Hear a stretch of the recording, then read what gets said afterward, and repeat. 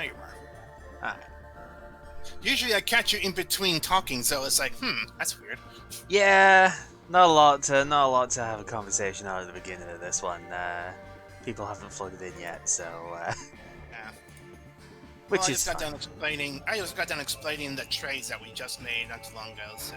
Yeah, I'm gonna go over those when I do deck construction stuff because that seems like the most fitting time for that. But considering all of mine are being used in deck today, this one's gonna be interesting. I don't think the set's that good, although there's like a couple of cards I want out of here. But I think once again, this is gonna come down to the actual match itself. Is gonna be really intriguing. Yeah. But there is Fiendish Chain in here. That card is absolutely worth it if we can get it, but it's a super rare, so best of luck. God knows it's going to be both of us that gets it on neither of us, considering we keep drawing the same cards. Son of a bitch. It's amazing how often that's happened, actually, in the recent times. Yeah. Like, it's either we both get it or neither of us get it. Never both. Yeah.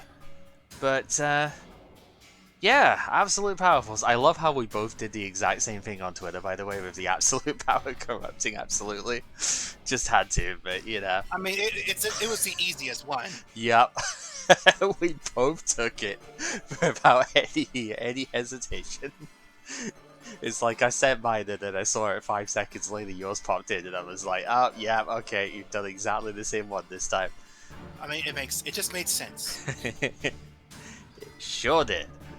Alright, shall we waste no more time with this one then, if there's nothing else really to do but to, like, look into the set and see what we can get, huh? I believe so. Alright, yeah, let's see if it really does corrupt absolutely, huh? I'll see you in a little bit, buddy. Well, we're not gonna corrupt each other. We're just playing with Powerforce, so we can't get corrupted by Powerforce. Right? Depends. Is it how close is it to the Speed Force? Because that might be a problem. I'd say Wild Force, but that's me being a Power Ranger fan. Alright. Or if you want to go that far, Time Force. Time Force is pretty cool. Anyway. The passage of time, perhaps. We'll see. Anyway, yeah. See you in a little bit. Good luck with your draft, and yeah, let's have a fun one today. Yep. Good luck. Good duel. Alright, so yeah, Absolute Powerforce. I'm not a fan of this set. I've said that for quite a few of the 5Ds ones, to be honest, but there are like 3 cards maybe that I'm interested in from this set, and they're all not low rarity, so rip. One thing I will say though, Gravekeepers do get a couple of sets of support here, and like the first one here has got one decent one. I don't think this is really that amazing. The only reason I'm not more enthused about the Gravekeeper stuff, because I know it was good for the time, but I have 0 Necrovalley and I have 0 Royal Tribute, so it's almost impossible for me to actually go down a Gravekeeper's route. So there's not much point in me even looking at it that much unless I take some serious trades for it, which we might, but I'd be more likely to play some other stuff. But yeah, a few of the things do require Necrovalley, so Priestess can be okay for that, but she's not really that impressive, to be honest. She doesn't give the same attack boost as the other ones do, like actual Necrovalley, so that's kind of lame. Drill Synchron, I think Drill Warrior was not particularly great, so I'm not too fussed about this one. It's not even a machine duplication target, because it's like 800 attack, so, you know, not too impressive. Level 3 Synchro is kind of interesting, at least, though, for like the machine style, but that means I can't even get it with like that Road Warrior that we picked up before, because it's level 3, not level 2, so yeah. Not particularly impressed. The draw effect is kind of okay if you can do piercing damage though, but nah. Battle Fader is pretty good. This is one of the ones I'd be interested in. If the opponent declares direct attack, special summon this card from the hand, end the battle phase, and then banish it when it leaves the field from that. So it just shuts down the battle phase for if you are getting hit directly. So that's not bad. Puts a body on the board that you contribute next turn. So definitely a reasonable card. Power Invader would be okay if we had Exceed stuff. Like, if you could go Cyber Dragon, Power Invader, get a rank 5 out. that would be fine, but we don't have those yet, obviously, because we're still in the middle of Synchros. But potentially a card to look out for in the future. It is 2200 normal summon, so, you know, can't really fault it that much. Witch of the Black Rose is kind of an interesting one. I don't know if I'd actually want to play it unless I knew exactly what was going on at the top of my deck, which I don't really think we've got much of a way of doing. But, yeah, it's a level 4 tuner. It's spellcaster to it. I do like my spellcasters. You've got to control no other cards to the thing of it, but you can potentially get a free card draw, well, a pseudo-free card draw off of this, which could be good, but yeah, I don't know. Kind of weird. Dragon Queen of Tragic Endings was something I thought was fun for, like, Crystal Beast. It's not as good as Harmon, but it is, like, the first instinctual place that your mind would go when it's like you've got to control 3 or more face-up continuous spells, you know? It's got some decent effects. Like, if it can do battle damage, then you can, you know, ditch a card out of the opponent's hand, draw a card. That's really good. But, yeah, it's like, it's a bit too weak at 1900. That's really its problem. It's just like, you don't get enough mileage out of it. Reptilianne's coming here. Naga is the one that I was thinking about was in the last set. This is kind of a Spirit Reaper, but any monster that hits this has 0 attack at the end of the battle phase, and that's permanent. But the problem is it goes face up attack after you do the thing. So, like, at the end of your turn, if it's face up, then it goes to face up attack, which means you'll still take the damage. You need to play Spirit Barrier with this thing, but then why would your opponent attack? Savage Coliseum, maybe? I don't know. Kind of weird. We didn't get the Reptilianne Synchro monster last time, so this probably wouldn't even be usable either. But Vaski's actually pretty neat. You special summon it by tributing any 2 face-up monsters of 0 attack. So if you've been able to use Naga, then the opponent's monster would have 0 attack. You would have Vaski in play at that point, because you can special summon it by tributing Naga and whatever hit Naga. So that's neat. And then you just get to destroy one face-up monster the opponent controls without targeting. Because this is all by its effect. So that is actually pretty good. Like, 2600's not bad either, so they've got a good boss monster, they just don't... And, like, they have, like, one good monster here. I suppose technically this guy is a Searcher, but he's kind of a weird one, so... And he isn't dark like the rest of them. So... That's kind of about it, unfortunately. They don't have a lot else. That tuner, I guess, could maybe work with Naga here. Not really worth building a deck around. There's these weird, they're like tangentially related to the Earthbound Immortals, I think. The Fire Ant, Weeping Idol, stuff like that here. They go with specific synchros that are in this set, not really very good ones, so we're not going to talk too much about them, to be honest. There's one last spider, there's a couple of spider support spell traps in here as well. They are also not particularly good, but hey, it is what it is. I mean, I guess this guy would be kind of neat if you could send him to the graveyard by your own card effect. Ruthless Denial, maybe? And then take control of one of your opponent's monsters. That's kind of fun. There's an X-Saber in here. I don't remember it being too ridiculous. Destroyed by card effect, put an X-Saber... Yeah, okay, it's actually not terrible, but, you know, it kind of deters Mirror Force a little bit.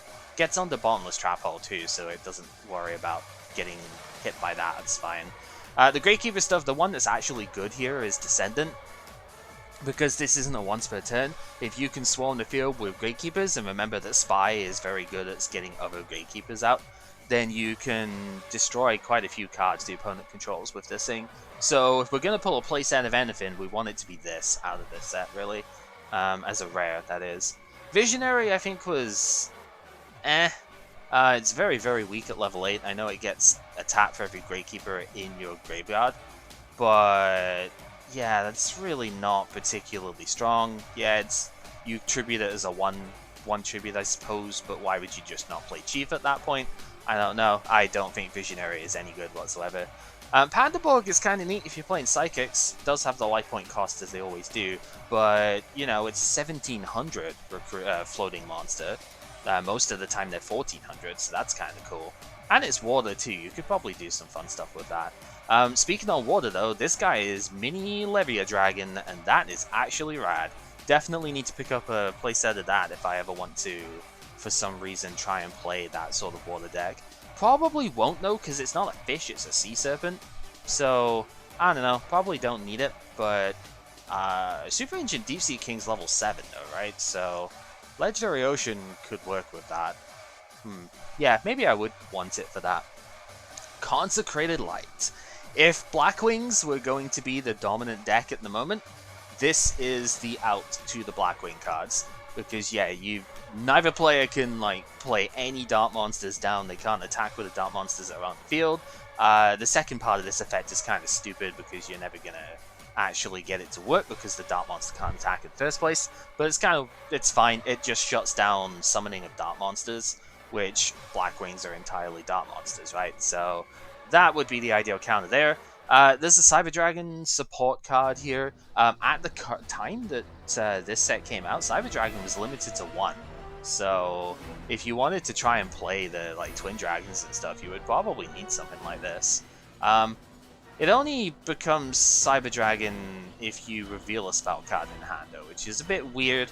And it's Cyber Dragon in the graveyard, so I guess you could Overload Fusion with it from there. That's kind of fun, but I think Overload was also limited, so whatever.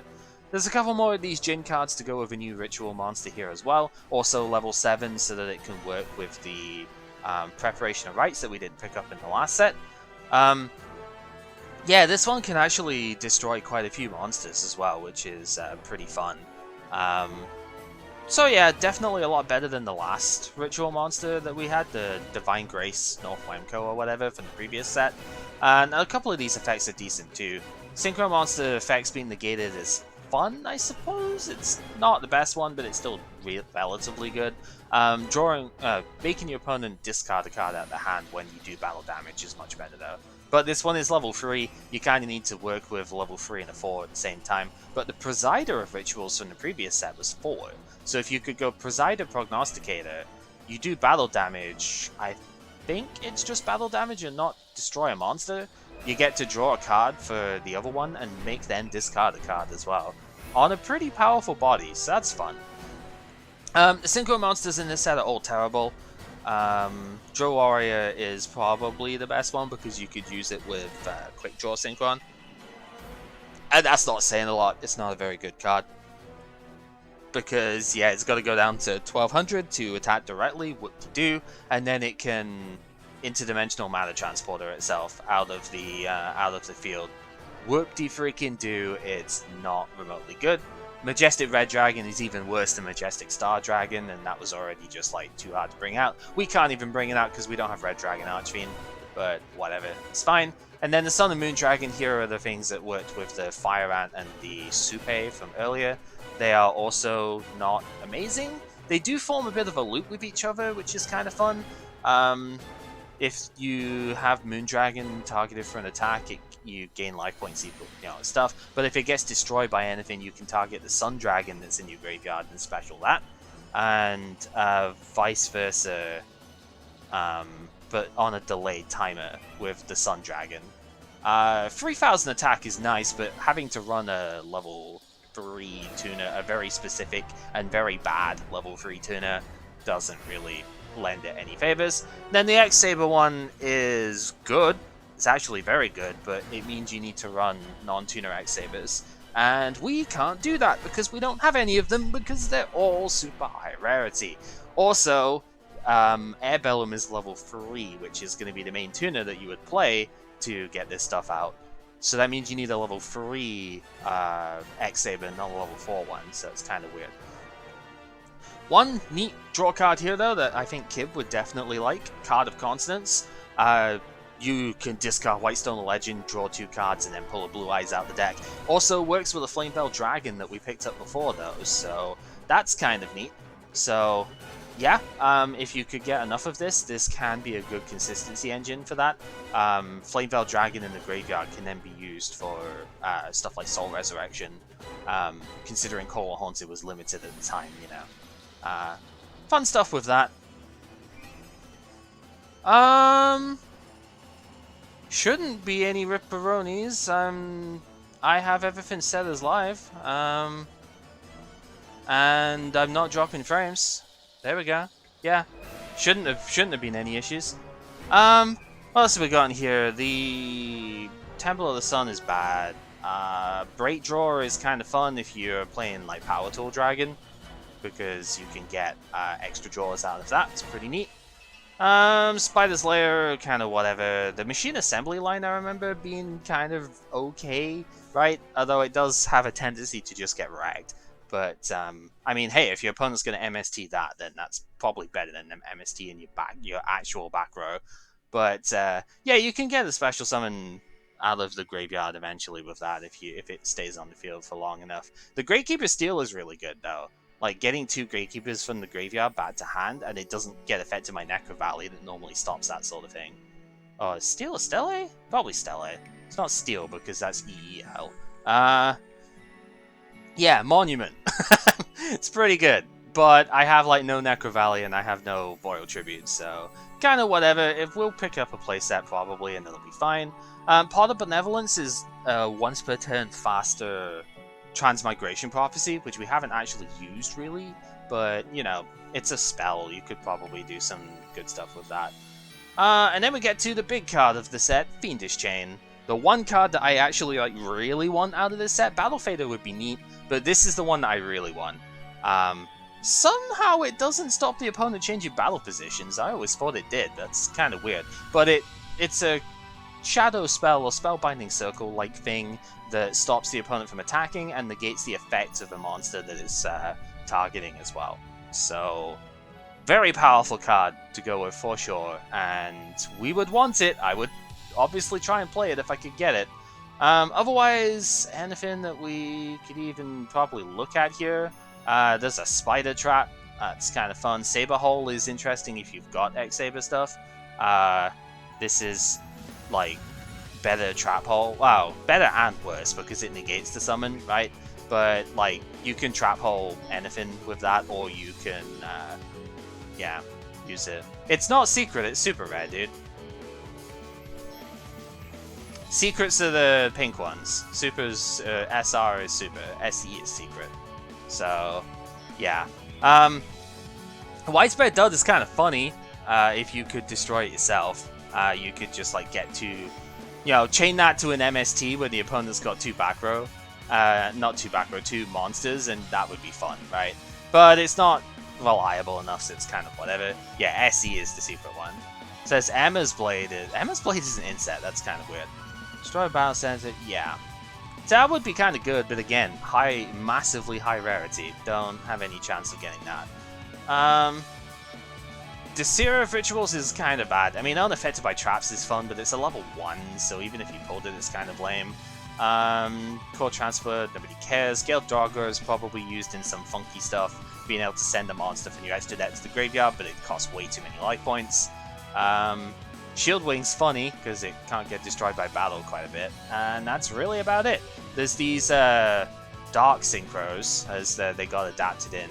They would be decent if they... Well, at least this one would be decent if it wasn't so specific. Dark Tuner and a non-tuner inset? Like, dude, how the fuck? Yeah.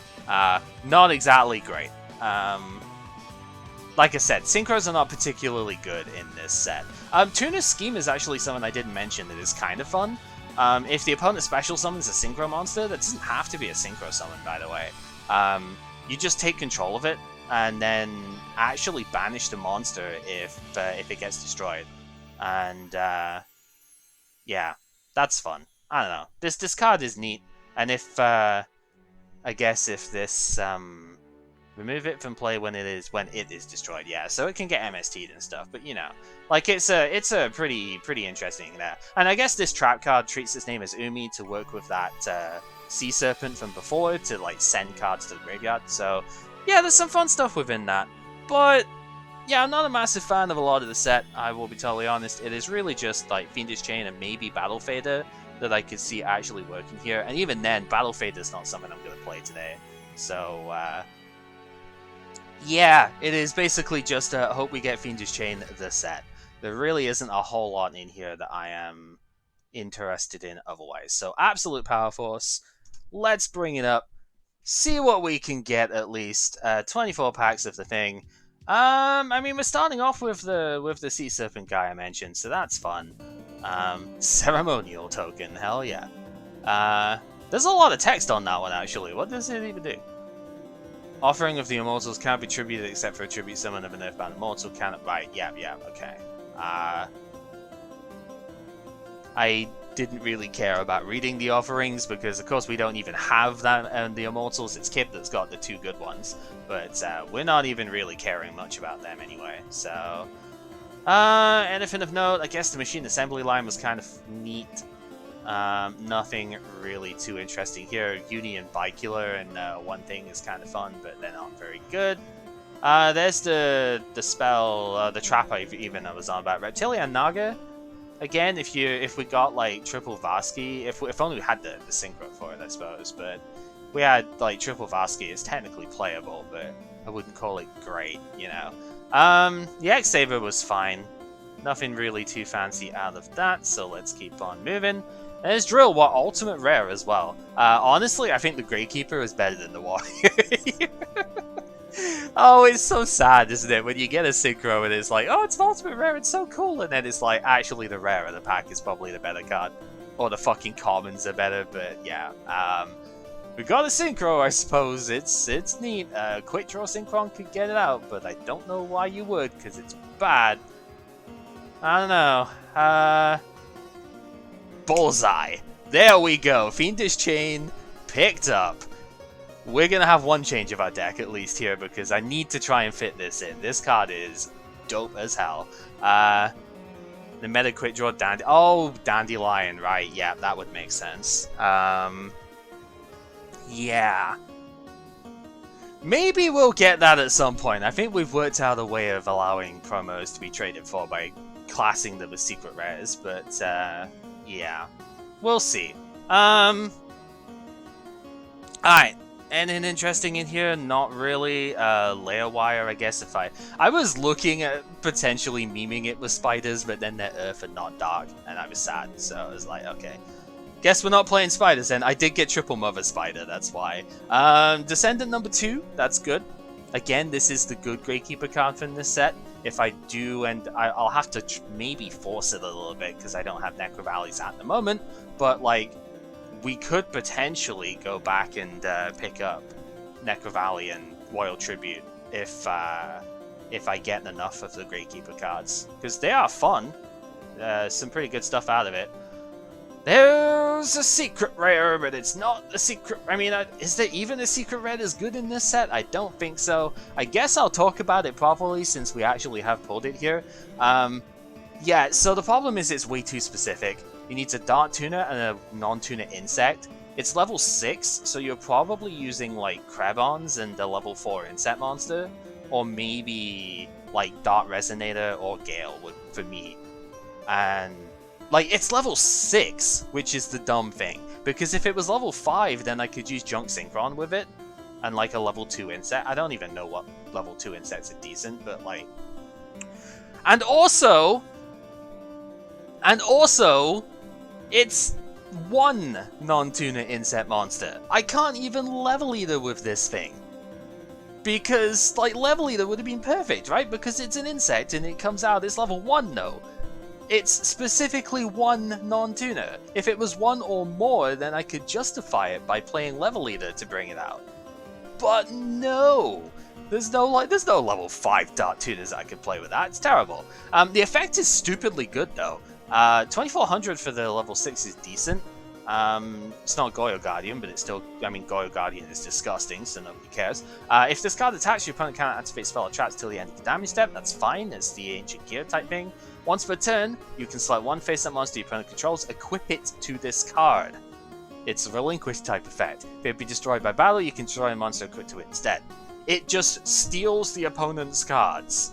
Has to be face-up, but still, like, it's a problem solver, but it's too specific. How on earth do we get that out? That is the problem. There is no real way of getting it out right now, so unfortunate. But hey, it's a good card if you can bring it out. I've been hosed a little bit by it in Legacy of the Duelist when it was like in the story mode, you know. when you aren't using good decks and stuff. There's the Curse Chanter. This one was the one that your opponent discards a card if you do battle damage, I think. So that's kind of neat. What else have we got? I mean, I can't really complain. I've already got Fiendish Chain, so like, I've basically already got everything I want out of this set, right? Nothing too amazing. I mean, the Gravekeeper thing is there. Yeah, inset decks. I know. Oh, Tuna Scheme. Okay, yep, that's good. So we're picking up a lot of the, like, there aren't many cards in here that I'm interested in, but we're picking up a lot of the ones that I actually do like. So, okay, like, yeah, Tuna Scheme is something I could see me putting in the side deck at some point. Because if he Synchro summons, like, Brionic or something, then I can just steal it, right? Most of the time at the moment, I've been hitting it with Compulse or Torrential or Book of Moon or something like that, which are all good options. But what if I just take it, right? Yeah, Tuna Scheme is a side deck card if I see he's playing very Synchro heavy style decks, right? So, I don't know, I actually like the card. Again, it's situational, but, you know, that's what side decks are for. Alright, nothing too fancy in there. Nothing too great. I mean, Alien Brain, I think, was actually kind of neat reptile support, but reptile decks, am I right? Inverse Universe switched the attack and defense of effect monsters, I think it was. It's kind of whatever. I'm getting enough of this Forgotten Temple, which is good. I think I've got a couple of the Sea Serpent guy as well, so that's fine. Tons of Birthmet and Chimera here, which is funny. OCG imports, am I right? Evil Blast is not very good. We need one more Gravekeepers Descendant, right? In order to close the stuff out here. Yeah, we didn't even get Snake Rain, so I can't even like play that, even if I wanted to. There's another one of the Curse Chances. If I am going to play Ritual stuff, these are quite kind of good to go back on. Power Invader was one that I made mention of for potential later on. Like, if the opponent's got 2 or more monsters out, Cyber Dragon, Power Invader, that's a rank 5. Right, and I know rank 5s have got a decent one out the gate, so, like, yeah, that was something I kind of noted, but not really for just now, right? Probably not forever, let's be honest, but it's a fun idea, if nothing else. Yeah, third Curse Chanter, that's fine. We do have a playset of this now, which is good. Nothing really too fancy out of here. Yeah, this sends, right? This doesn't even...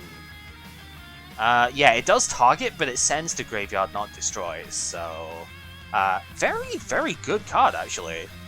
Considering, the only problem is I don't have Warrior of Atlantis to search out a Legendary Ocean, so that's the only issue that I have with that type of deck at this point.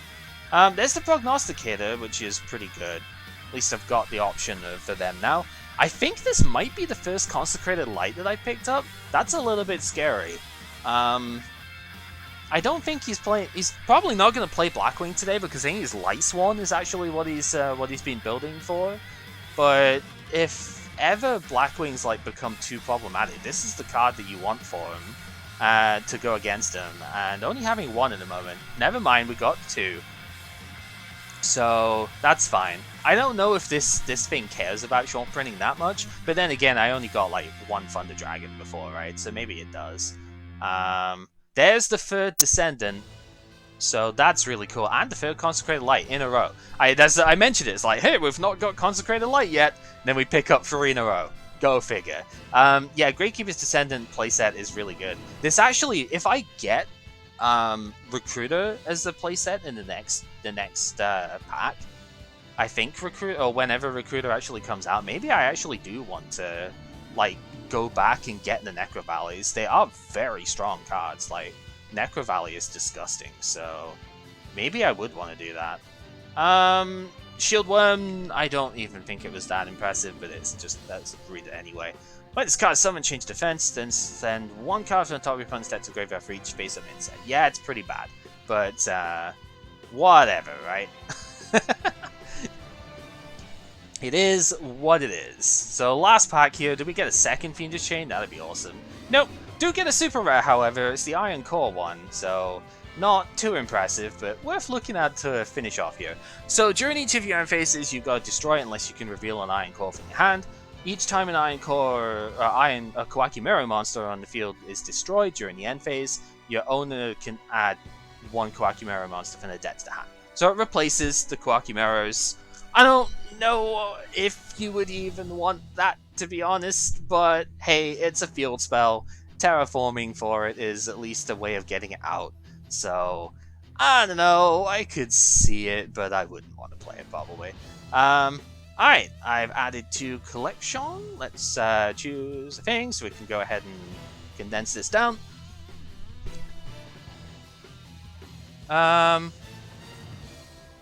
Oh, did I not add to collection? Oh boy. I thought I did. We're gonna have to go back and look through with that then. No, I see the card count. 269. What is going on with that? Hello? Why is it dealing with that? Huh. I see cards in the thing, and yet I cannot actually look at them. What? Why?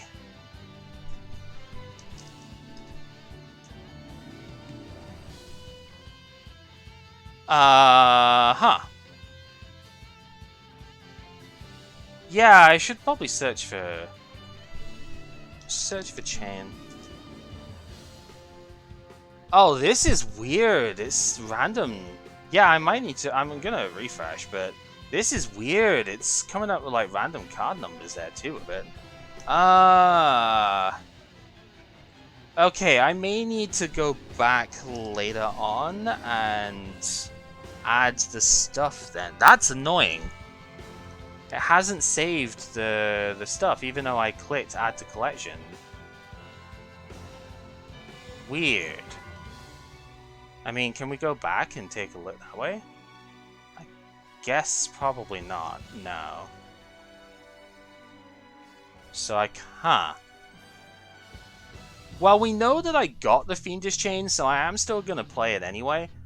But yeah, I'm going to actually have to go back and add the stuff with it. That's dumb.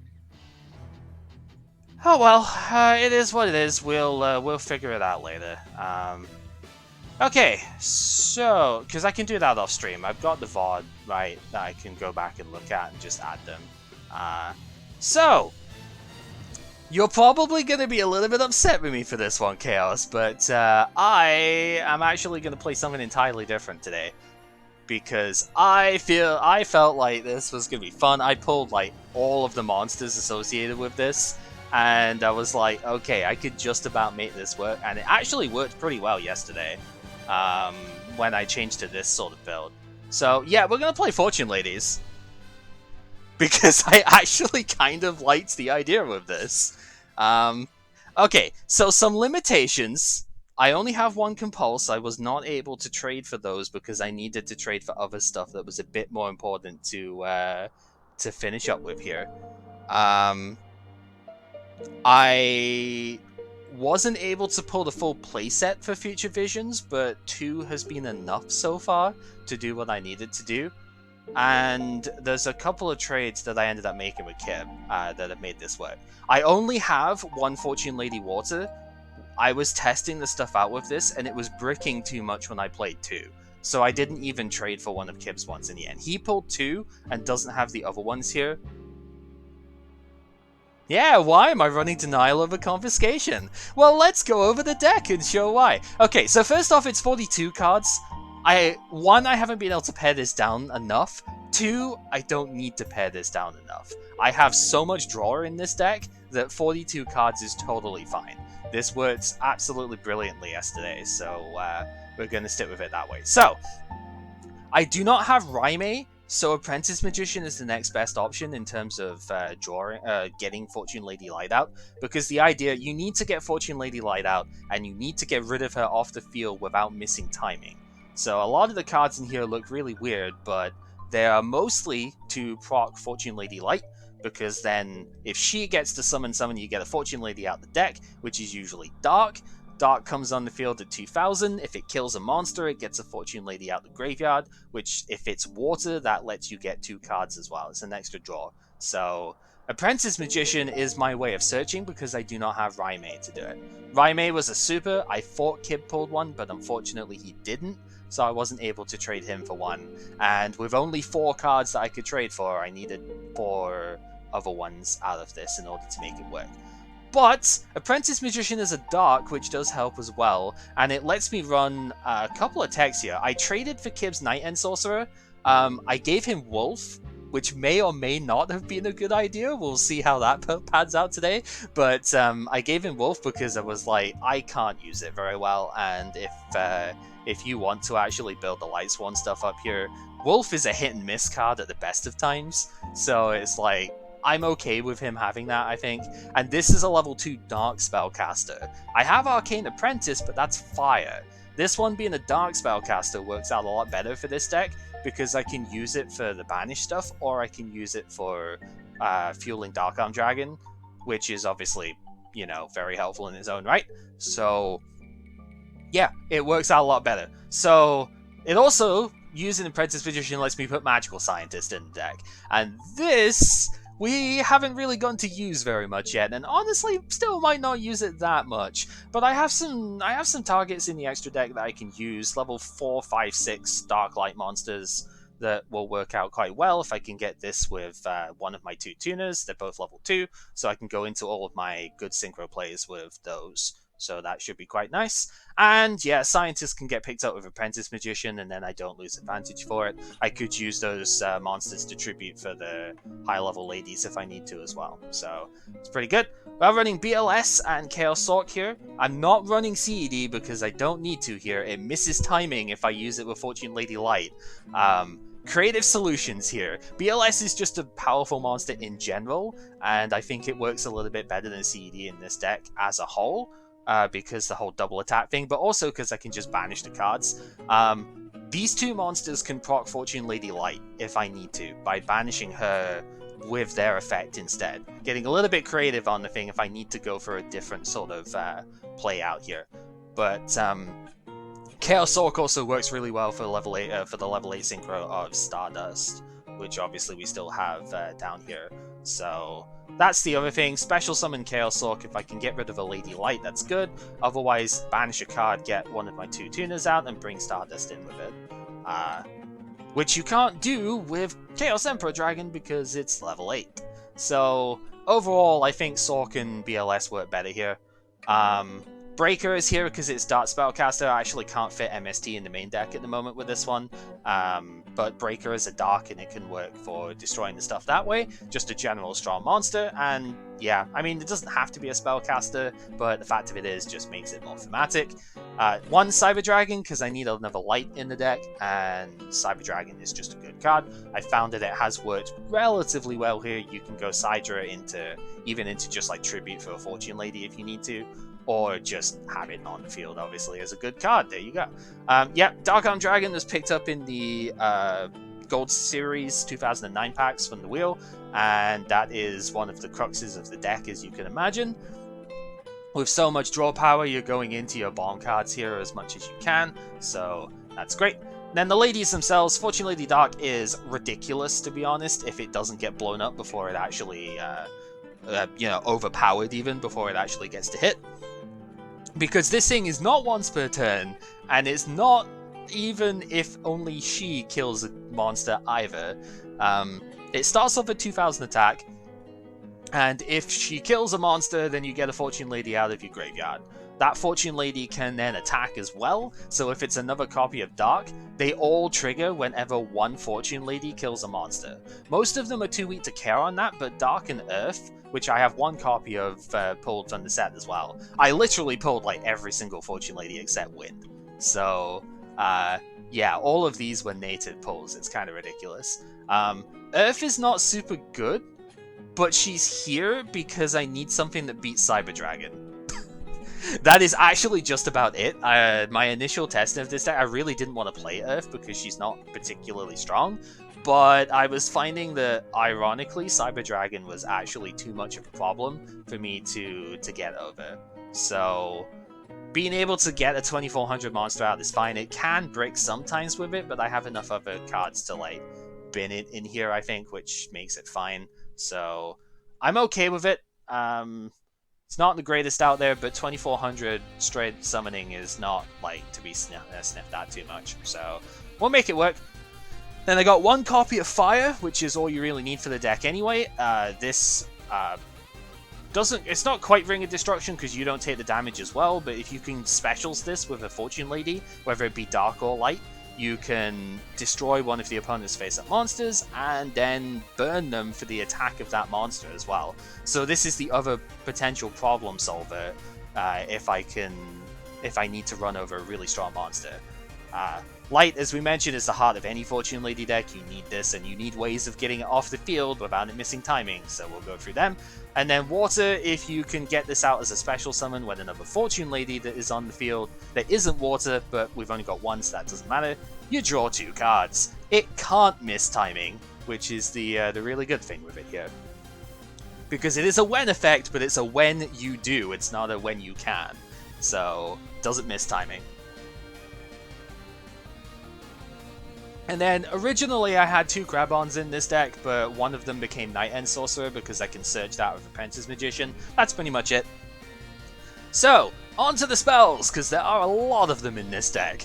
2 Allure of Darkness. This was limited at the time, actually, I think, so we'll kind of whatever. However, I had the Ultra Rare Jane, which I traded in, and one of the 2 secret rares that I picked up from the Ra Mega Pack. I traded those in to pick up 2 of this, because you need it for this deck. My initial builds of this were testing with other trade-in options and just couldn't really make it work. So Allure is great. You draw the 2 cards, then you banish Fortune Lady Dark, and that works with the spell the other draw spell we'll get to in a sec. And yeah, it can also banish other stuff if you don't have it at the time, you know, like if you happen to have Apprentice Magician or one of these guys, you know, you can banish them instead. It works. It's just a good draw card in general, but really you want to be banishing Dark. Because you play 3 Fortune Lady Dark, this tends to creep up into your hand more often than you'd like, so banishing it there is great. And then that works with Fortune's Future, which I pulled one of, and I used my set trade to get the second copy of here. I know this was played as a full playset back in the day, but I have the other draw cards to go on, so I think it's fine. One of your banished Fortune Ladies goes back into the graveyard, then you draw 2 cards. So this one is a straight +1. This goes neutral, but if you banish Dark, then you can chain these very effectively, and it works super well. Dark Hole is Raigeki as usual for the removal stuff here. Dark Hole serves a second purpose here because it destroys light without missing timing. So I can normal summon light, Dark Hole, kill the field, get Earth out, or Dark if I need it, and then attack directly. So that's fun. Different Dimension Gate. I have to go a little bit weird because I don't have Triple Compulsion here. But Different Dimension Gate is not a terrible option for banishing Lady Light without actually killing her. Right? Not killing her, but without missing her timing. So, Different Dimension Gate targets one monster on both sides of the field and then banishes those targets. That's the effect, so then the banish happens, and the last thing to happen is that you will get Lady Light. So you banish one of the opponent's monsters, get your Lady Dark out, do the thing from there, and if this gets destroyed, then the monsters come back. You can obviously use Fortune's Future with the light that you've just banished in order to draw cards as well. If this doesn't get destroyed, however, if it gets returned back to the hand, then you actually don't get to get the monsters back. Which is something my side deck has got, as you can see, Giant Trunators down there. Kind of thought about that, but I just couldn't quite fit it in the main deck here. So this is another way of triggering light, which is really good. Mentioned Fortune's Future for drawing. This deck is all about the draw, right? Future Visions is a really weird card, but it's actually kind of neat. If a monster gets normal summoned, it gets banished, so long as it can get targeted, of course. If it's unaffected by target effects, then, you know, it doesn't get whatever. But you then get the monster back next turn, so long as this card stays face up on the field that long. You play this down, you normal summon Light, Light gets banished, you special summon the Lady out of the deck. That's pretty much it. But it also disrupts a lot of the opponent stuff very often, because you'll find that most decks at this point in time will rely on their normal summon to get something going.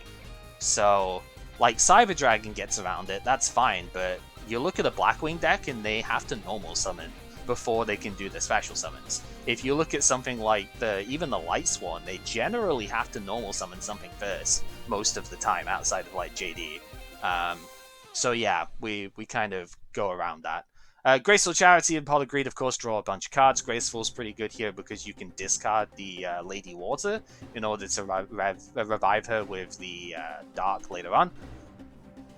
Heavy Storm is still amazing and would never be replaced, as you can imagine. Monster Reborn, I actually was considering Premature Burial here instead of Monster Reborn, but I think Reborn is just too good not to play. Premature would have synergy with Heavy Storm if I rezzed Lady Light and then Heavy Stormed it. I could bring Lady Light out and get her effect off that way, but I think Monster Reborn in general is just too strong not to play, considering I can get back better stuff as well later on. 1-for-1! Pick this up out of Yusei's second pack. It's really good, what can you say? You send one monster from hand to graveyard. I only play 19 monsters, so sometimes you could think that's a little bit low, but it generally works out fine. And special summon Lady Light out of the deck. Not much more to say for it, really. Painful Choice, as you can imagine, sets up a ton of stuff in the graveyard. A fair bunch of these, like Lady Dart, needs stuff in the grave anyway. There's a lot of effects that we want for stuff that way. We can manipulate for Dark Arm Dragon or Chaos Orc or something if we've got them. Just fantastic overall. Ruthless Denial. Oh man, I did not think this card would ever see play, and I'm kind of excited to go with it here. Yeah, this card is insane, actually, for this deck, because this is all effect, and it happens simultaneously. You select one monster, aka Fortune Lady Light, that you control, you send it to the graveyard, and you send one random card in the opponent's hand to the graveyard at the same time. This lets me trigger Light whilst also as a spell card, so it's faster than like Compulse or Torrential, and it lets me trigger the effect of Lady Light as well as getting some a card out of his hand too. Very, very, very interesting card, to be totally honest with you. Yeah, it's just like, seriously, what the hell.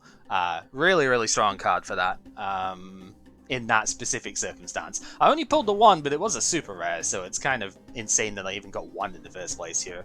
So, there we go. Time Passage, we were looking at this yesterday, and it was like, well, Fortune Lady Dart just keeps dying to Cyber Dragon, so I'm playing one Time Passage because it lets me get my Dark or even Earth sometimes up by 1200 attack for a turn, and I can't play it in damage step unfortunately because it doesn't actually raise attack technically, but it does more than what Rush Recklessly would do.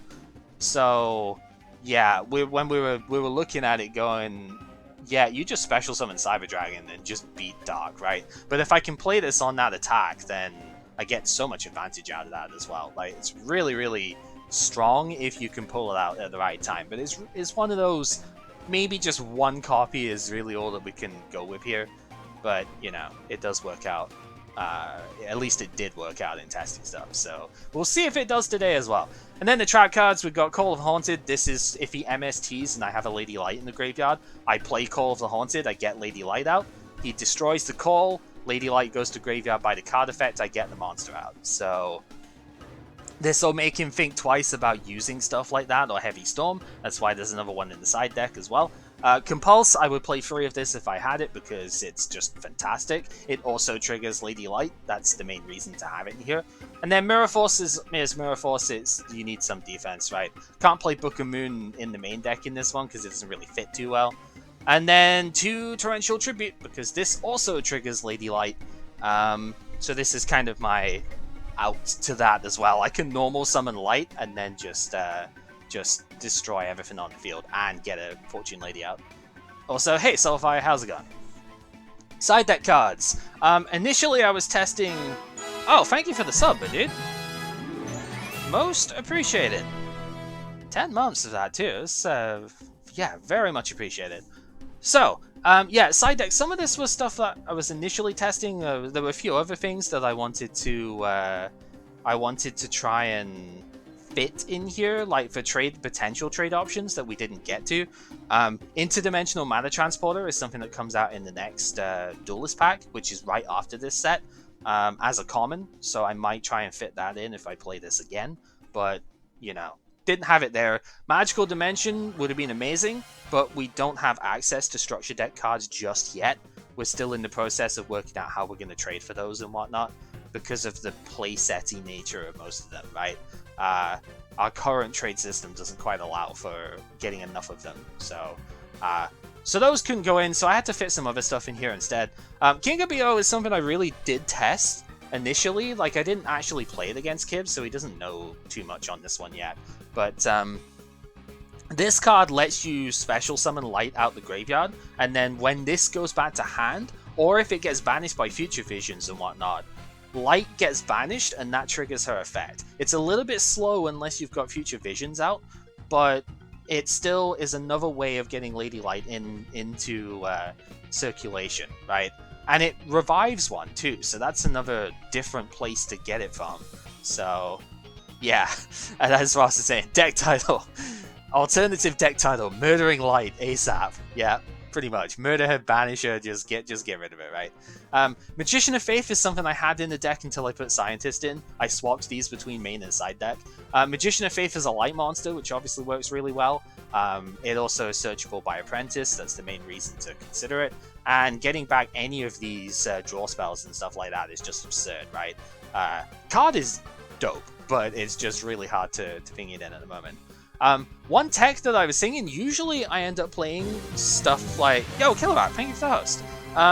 Usually I'm playing stuff like Seven Tools of the Bandit and Trapstun in the side deck here, and that's good and all, but really the only trap that I'm truly worried about in this deck is Imperial Order, because Imperial Order will hose this deck if it resolves and I don't have Breaker.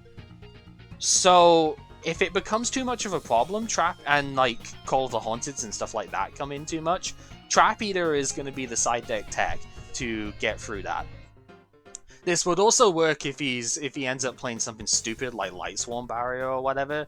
I don't know what he's going to be testing and stuff that way. If Kib's going to play something like that, Trap Eater could come in there as well. But the main thing is to out Imperial Order, which I do have an MST and a Dust Tornado for as well, but I would rather have something a bit more concrete that way. Because this also gets a body on the board, it's a level 4 tuner as well, so this could synergize with some of the other ladies too. I don't have a level 5 Synchro, unfortunately. I missed out on Catastor. So I can't use Light to like Synchro Summon. Not that you want to anyway, but like, you know, desperation move, right? I don't have anything that, say, Fire would go with either, so it's a little bit awkward maybe in some of the stuff that way, but like I could still get Stardust Dragon out with Water, right? And Magical Scientist could probably do something for it as well, so still a good card for it. 2 Book of Moon because that's all I've got, but also I've said before it doesn't fit in the main deck here because it doesn't work with getting Light destroyed, right? Or banished or whatever. But Book of Moon is too good of a card not to play, so there is that. Giant Trunade is a very good synergy card for this deck, to be honest.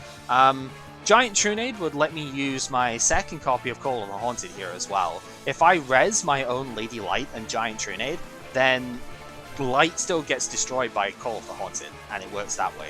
But it also synergizes with different Dimension Gate, like I said before, where different Dimension Gate has to be destroyed in order to bring the monsters back.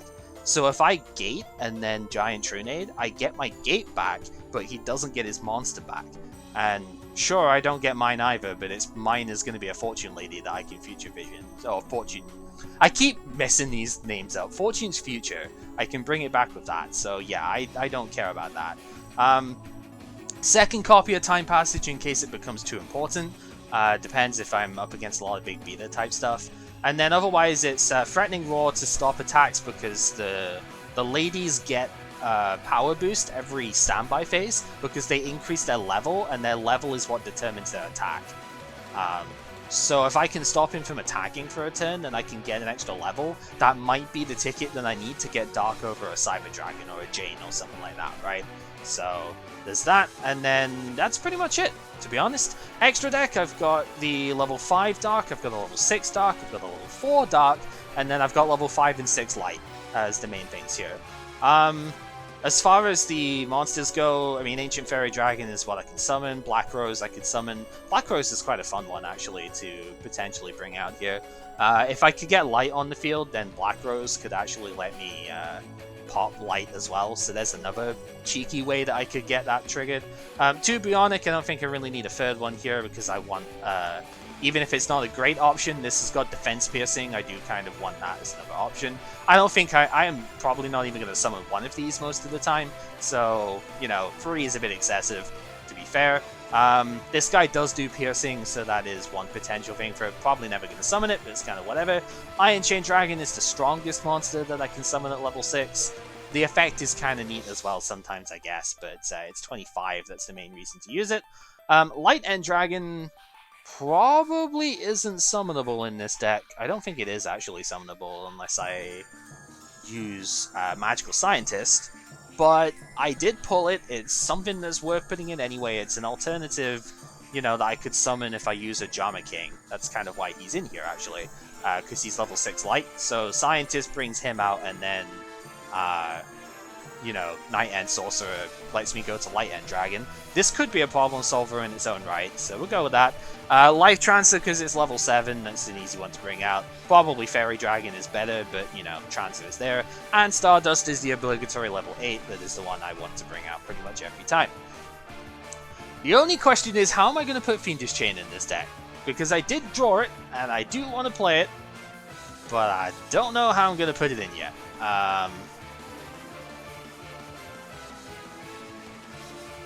I almost want to, like, get rid of the Time Passage and just try Chain in the main deck here, which I think I'm gonna do, because I still have the one in the side deck. One Time Passage is fine.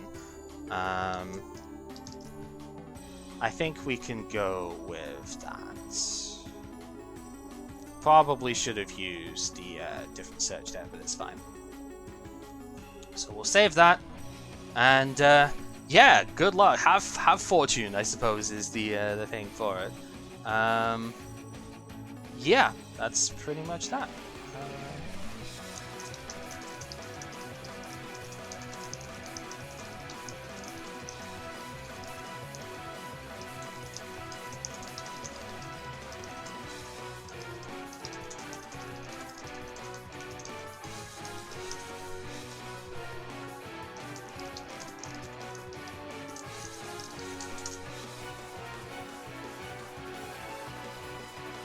So I pretty much just said to him, we are set to go.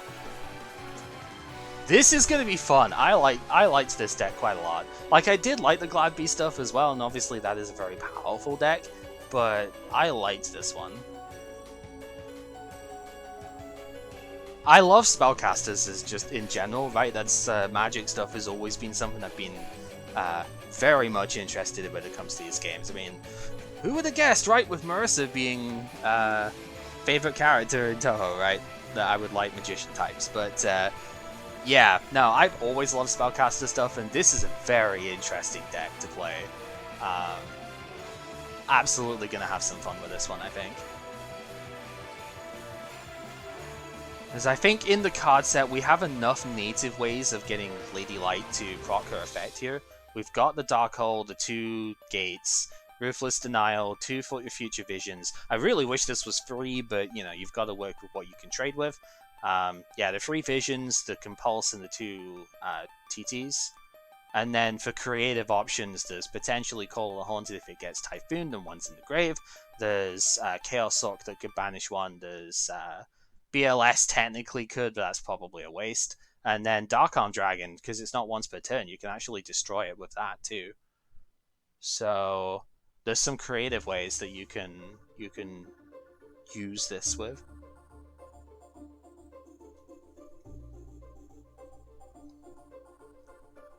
The tricky thing is if you don't draw her, but that's why we've got 2 Allure, Graceful, Pot of Greed, and potentially Fortune's Future to do that.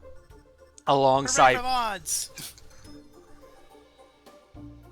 Yeah, I don't know what's up. I clicked save, add to collection, and then I go into the collection and there are 0 cards. I think this also happened after the Yusei 2 drawing as well. Because I had to manually add that yesterday as well, and I was like, that seems really weird. I don't know what. I'm sure I wouldn't have forgotten to save the thing, but I can only imagine. I don't know. Okay, so probably the simplest question here: did you refresh the page afterwards, just so you can be like, okay, is it in here? yeah, Because I've sometimes refreshed after it a page- and looked, and it's just not there. It's weird. Hmm.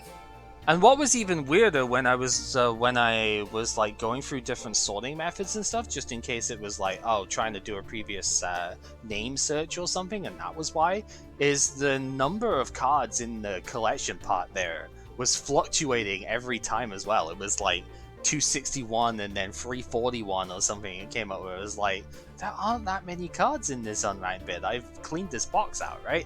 In the unassigned stuff, there's like, there's not that many cards in there. Should be 216 because that's how many we opened from these. So like, it's just been weird. So I don't know. But yeah, I know the one major card that I wanted out of here that I picked up. A couple of really cool ones actually, but it means I'm gonna have a hard time actually like saying what I picked up afterwards in the stuff here. But it's fine. We'll work it out. I mean, unless you want to just maybe like stop the streams and look at the VODs and just. I mean, I could. That's gonna take too long at the moment, but we'll. I'll work it out. Again, I know the one card that I really wanted in here that was picked up, and I know, I remember the important stuff. There's just a couple of potential like other interesting things I need to go back and get at some point, but Yeah. it's fine. I will work that out later. It's just I don't know why it hasn't saved it when I know I definitely did it right, you know. Oh, the rescue rabbit, dude, he's so cool. All right. He's a secret rare when he comes out, though. That's unfortunate. Dino Rabbit's not really going to be a thing that's thing with it there. All right, no, but it's still pretty cute. So good luck, I will say with that as we go, because we're going to start with Graceful. Every single time. Oh yeah. Okay, and we are going to. We all know the most powerful card, Wind Up Kitten. Wind Up Kitten is a hell of a cool looking card. I don't know what it actually does, I'll be honest. I've not been able to read it yet. But alright, so we're going to discard water and it's a good question as to what to discard from there. I kind of feel weird doing it, but I think I'm going to discard Fortune's Future. Because it's a little bit weird trying to trigger that in a moment. Okay, and then I'm going to do that. Go ahead. Good old T-pose. Yeah.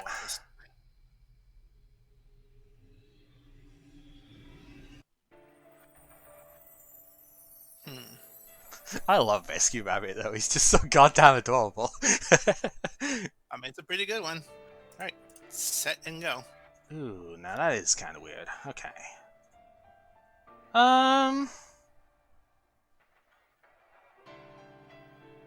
You know what? I think I can hold off a little bit. Go for it.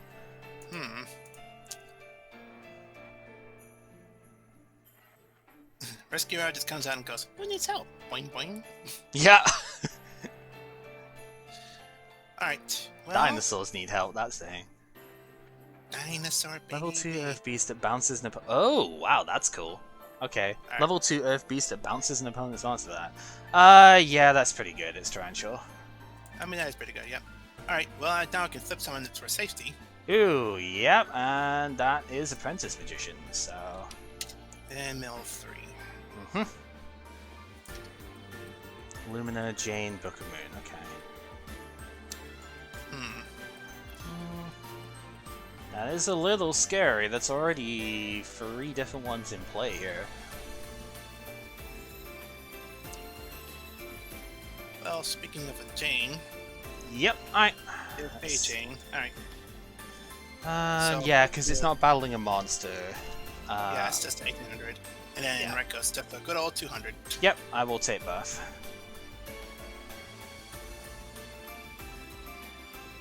Yep. Oh. You need to. Oh yeah, you need to mill the 2 for Jane. Mill 2. Yeah. I just realized that as I start my turn. Resonator and Honest. Okay, good to get rid of Honest at least. Okay, we're gonna normal summon Light. And we're gonna Dark Hole. Ugh. So now Light is going to get her effect, which will bring Lady Dark out. Lady Dark. Considering you've already gone through 2 Jane, I think it's a little bit more okay to go with it that way. I should probably bring Earth, but I think I need Dark a little bit more here. And then we're going to go battle, we're going to hit for the 2k. And, yeah, you're good to go. Oh, I hoody dum. Alright. Well, now we can at least draw Ooh, one. yeah, okay, that's fine. I will gain my 1000 for that. That's neat. It's always neat. Oh, looking in that extra deck, I don't like the sound. I don't like the looks of that.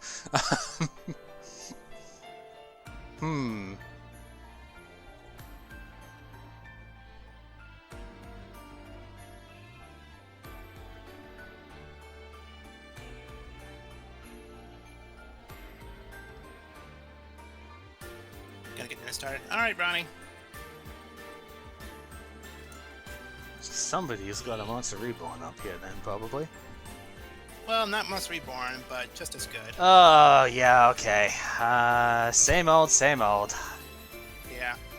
Same old story. Yep. But now I can normal summon. Oh, okay. Oh, balls. Yeah. Moles. That's all you can say. Yep. Alright, so Fortune Lady and... Yeah, I'm gonna take the 28. Yeah. And I guess Joe's going with that. When he inflicts down damage, draw a card. Nope. If a warrior type monster does attacks the defense position, you do piercing damage, and if that happens, you draw a card. It says it's once per turn when you inflict battle damage. No, it doesn't. What does effect? Oh, okay. Yep. It's effect. Okay. Alright, got me. Alright. I did look at this card.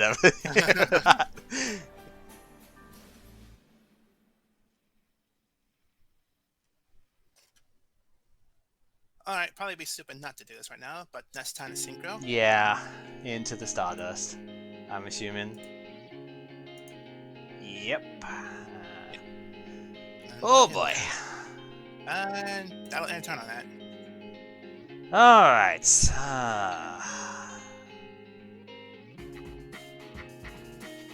I think I have no choice. I'm going to play Allure. Yep. So we'll draw 2. Okay, I did get Dark to banish. Alright. Big risk, but you got it. Set 1 and go.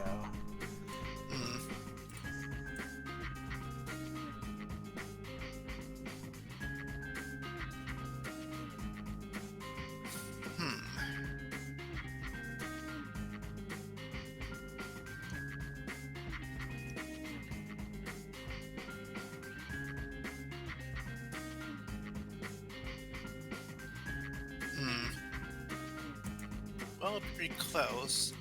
Actually, no. Let's do this first. And that's the other Torrential. Yeah. Oof. Yeah, because I was just about to play, let's summon this guy, but like, wait, if that's something else.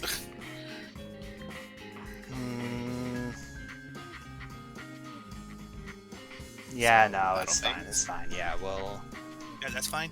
Yeah. Sorry. No, it's fine, I'm basically forfeiting at this point, because, I'm not quite, but like, there's almost no point in thinking out. Yeah. Yep. There was no point. No fun allowed.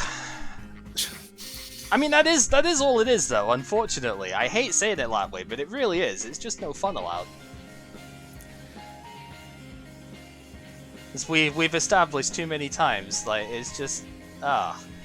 There's no playing against these cards, it seems. Like, I can't do anything fun. It's just Snatch Still that's really... Snatch Still and Change of Heart that's really, like, making the difference here.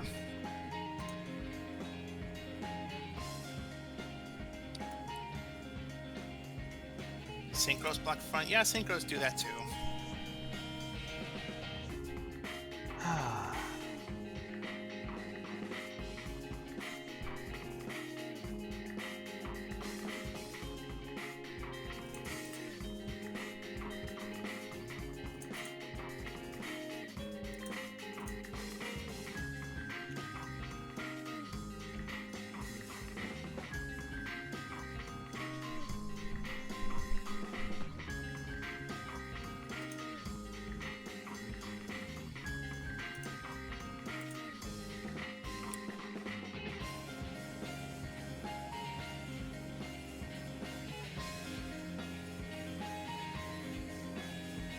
Yep, Cot's going to rant mode. All comes down to your opponent cannot do this anymore. You know why Jinzo was fun? It blocked both sides. The Dark Door blocked both sides. Messenger of Peace blocked both sides. Imperial Order blocked both sides. No, Imperial Order didn't block both sides. I know it technically does, but it doesn't block both sides. Let's be fucking real.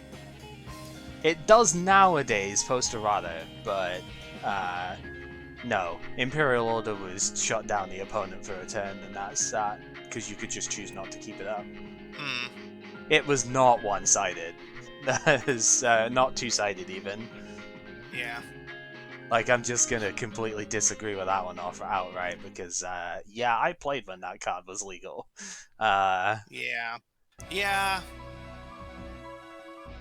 I mean, you play Imperial Order. You play a lot of these cards with the idea of blocking your opponent more so than blocking yourself, so you work around that. So yeah, I know that feeling. One of my favorite trap cards is Fairy Box. Get the fuck out of here! Fairy Box can go suck on a stick.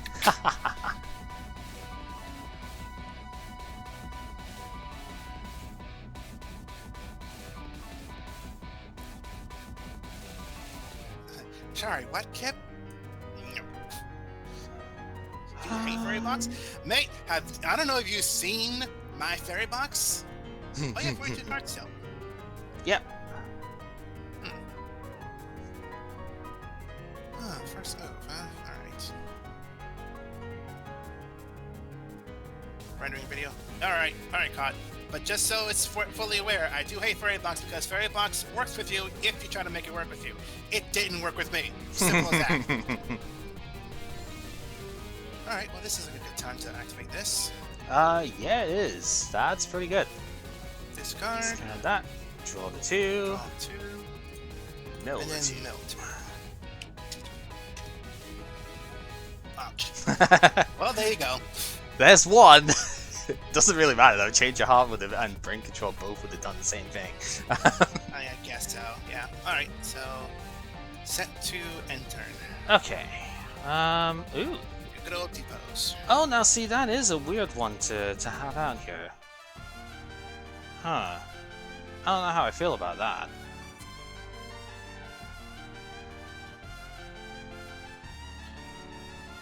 Probably not the greatest, to be honest. Alright, go for it.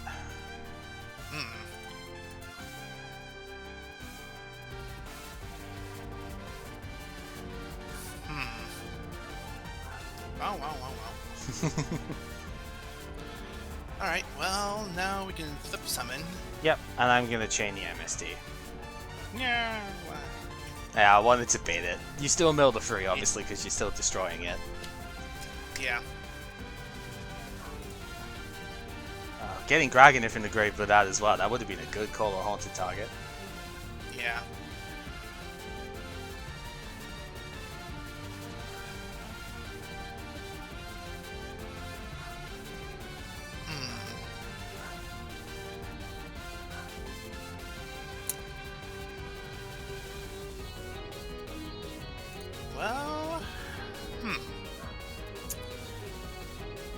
know what? No. I'm attributing Reko. Okay. Oh, that's still really good. Dang, he's at 32. Jeez. Yep. How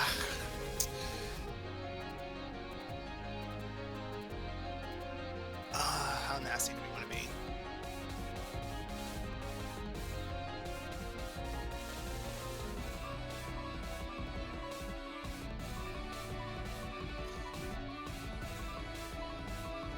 We'll just stick with that for now. Yeah, out of phase, he'll strike in. Okay. 3,200. Hmm.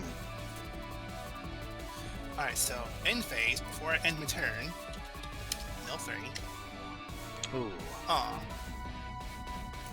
That's a rough one. That's a We're rough. pretty good. Okay. Oh, wow, wow, wow. Really wishing I didn't side that one out now. Ah, boy. This would have been really good if I didn't side that card out. Oh, God.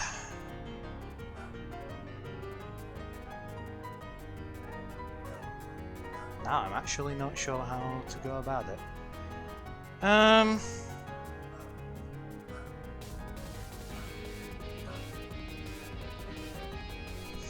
Okay, well, I think I do at least need to 1-for-1. Yep. Discarding you. I think, unfortunately, being level 1 specific, I'm pretty sure light is actually the only target that I have in here at the moment. Yep, you special summon a defense position. Not that it matters that much, but Yeah. because I can't ram her in to get the effect, even if I did, that doesn't do anything right now. Alright, this probably isn't gonna work, and if it doesn't, I might, you know, I mean, I'm already gonna be out of this shit here anyway, so we're gonna allure. Okay, that ain't bad. We will be able to banish Breaker. And funnily enough, it did actually work. I'm gonna different dimension gate. Crap. So this will banish the two monsters on field at the moment, and if it gets destroyed, not if it gets sent to the graveyard, by the way. That's like premature bear stuff. Destroyed. Yeah. Yeah. All right. So Lady Light can get her effect off. We will get. We will get. Yeah. No, I think I do still need to get Dark here. Get Dark here out. And then one of the cards I put down was Fortune's Future, so I'm gonna bring my light back into the graveyard here and draw 2. All the draw options. All of the them. draw options. All right, and then we go battle phase. We hit for the 2K, and yeah, I actually did special summon light, so I will set 1 and end turn. Because 1-for-1 actually special summoned it out, so okay, that was productive compared to what I was expecting. Yeah, that was actually a pretty productive turn. It was like Allure of Darkness was kind of fortunate there, being able to get rid of Breaker and actually still being able to do something, you know. Yeah. Alright, so we're gonna normal summon. Yep. Lightsworn. Activate effect, discard a card, which I'm gonna discard this one. Okay. To special summon a different Lightsworn. Level 4 or lower.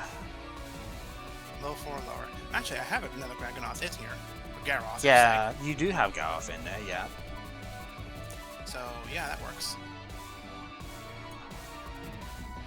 That's fine. But to Yep. make sure I'm specific. Here. Yeah. No, I mean, I was thinking, oh god, Gragonif's coming back out, but no, it's level 4 or lower, so... Yeah. Yeah, Gragonus can't come out there. Yeah.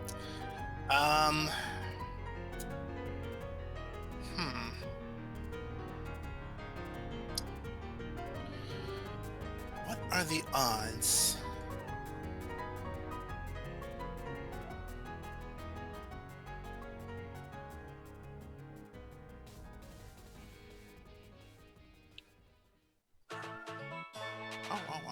Oh. Actually, would that be it? If it works, I think it would.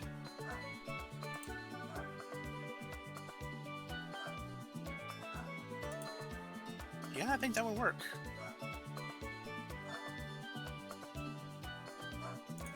Yeah, I'm gonna try it. Alright, because there's 4 Lightsworn monsters Oh dear in the God. graveyard. Bullshit. Yeah, this is Bullshit. Okay, this is why I was like last turn. How mean do I want to be? Like, oh, it was super mean. That's what I had down with it, and then the flip was Apprentice. Yeah. God fucking damn, man. Okay. Yeah, nothing I can do against the perfect deck draws and stuff that way. Yeah, I mean, Judgment Dragon came in at a good time. I didn't draw it last turn, but I drew it like a couple turns ago. But having it in that turn, that helped a bit. Yeah. So I didn't even get to show off the three new cards I got in this deck. Oh god, that's a little annoying, to be honest. Yeah. Oh yeah. I'm not gonna lie. That is annoying as all hell. I don't know if there's anything any deck could have done against that, to be honest. That's just, yeah, god draws, to be fair.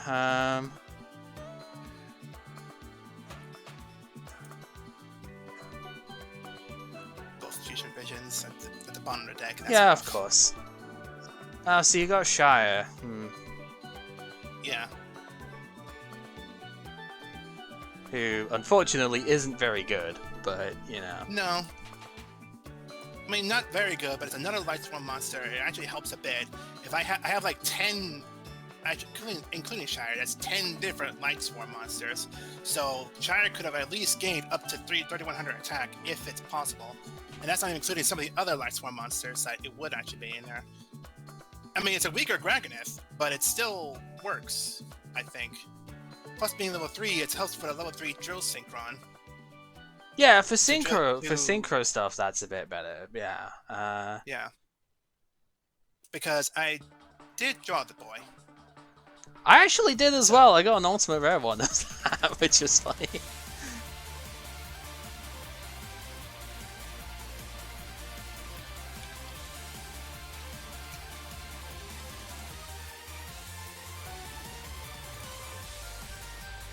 But yeah, so I went with the trade-in, and I guess you already saw. Or you already know. I already told you about it. I think I've seen that you got. There's Wolf from the trade. Yep. Shire from there, and what was the third one? Oh, a second Wolf. Or second Raikou, I should say. Second Raikou. Oh right, okay. You only had the one before. Yeah. Yeah. That makes so sense. 2 Raikous. So that's my trade-in, though. Yeah, this, I like to think this deck became just a bit more powerful with these kind of cards.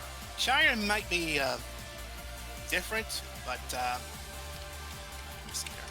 Putting up. Alright. Yeah, so, I was gonna mention as well, I took a minute to walk away from it because my mom came in right as I was opening the packs. Right. And the summary of it, she got me a temporary job. Oh, yeah, okay. So I got it, so I can be able to work. Nice. Maybe tomorrow. So the guy we're talking to has things tomorrow. He has to talk to somebody today about a bid he's going to put in. So possibly starting tomorrow. I'm saying possibly. It sounds like it's a shoe-in because he talked to the guy. He's going to make a bid on it and going to get the job title for it. But when and if he does, he'll ask for help painting some of the stuff, so it'll be nice to be able to get out and do some work and get some money out of this. Yeah. So that's why it took me a minute to get stuff going. Alright, so no ghost rares, sadly. You saw the one of the Synchrons I pulled, Drill Warrior. The other one I can't use, Majestic Red Dragon. No Red Dragon Archfiend. Oh boy. Sad face. But I mean, that's a cool one to pull regardless. I mean, it's kind of like, hi, how you doing? Nice to meet you. Sorry, I can't use you. Oh well. But what's that? Alright, here. Come on. cards, actually. I was debating whether or not to use Battle Fader. Oh, okay. That was one of the cards I was looking at, which was neat, but didn't get in the end. Yeah, Battlefield's pretty neat, yeah. Jewel Warrior, Desperate Dragon, the Super Nimble Mega Hamster. Ah, yes. All of your Momonga needs. Yeah. Well, Momonga, and now, that helps a bit. If I get more level 3 or lower beast monsters. In fact, those koalas, I think, are beasts. Some of the koalas, some of the stuff. 2 Ogre, the Scarlet Sorrow, which I thought was really neat card. But it has to rely on the second direct attack. Yeah. That has power equal to like the difference in the attacks or something, right? The Scarlet attack defense becomes equal to the attack and defense of the first monster that attacked directly this turn. Oh, right, yeah. If it is still placed up on the field. So, like, if you attacked with Fortune Lady Dark and then attack with Fortune Lady Light, that monster would come out and it would be the same attack as Fortune Lady Dark. Yeah.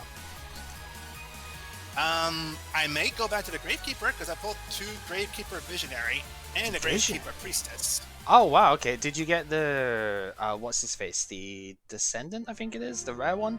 Yeah, I got a playset of him. Oh nice. I only got the Ascendant, but I did get the playset of it.